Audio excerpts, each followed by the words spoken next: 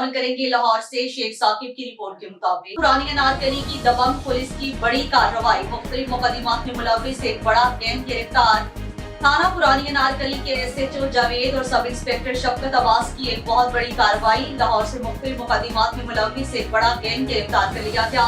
इस गैंग से असलहा मोटरसाइकिलें बरामद कर ली गई हैं। मुखबर की इत्तला पर जैन मंदिर चौक के साथ मलिका पार्क में बैठे जुनेद चार्ल्स बहार कॉलोनी और शहजाद भाटी वारदात करने की नियत से सलाह मशवरा कर रहे थे। फौरी कार्रवाई करते हुए ASI शफकत अब्बास ने इन्हें गिरफ्तार कर लिया। इस मौका पर जुनेद उर्फ चार्ल्स से एक अदद पिस्टल, 5 गोलियां बरामद हुई हैं। मजीद तफ्तीश पर चोरी के मोटरसाइकिल भी बरामद हुए। याद रहे कि ASI शफकत अब्बास पहले भी कई गैंग गिरफ्तार कर चुके हैं और उनका शुमार दबंग पुलिस अफसरान में होता है और इन्हें उनकी उम्दा कारकर्दगी की वजह से महकमे में बहुत सराहा जाता है और मुजरिम इनके नाम से कांपते हैं।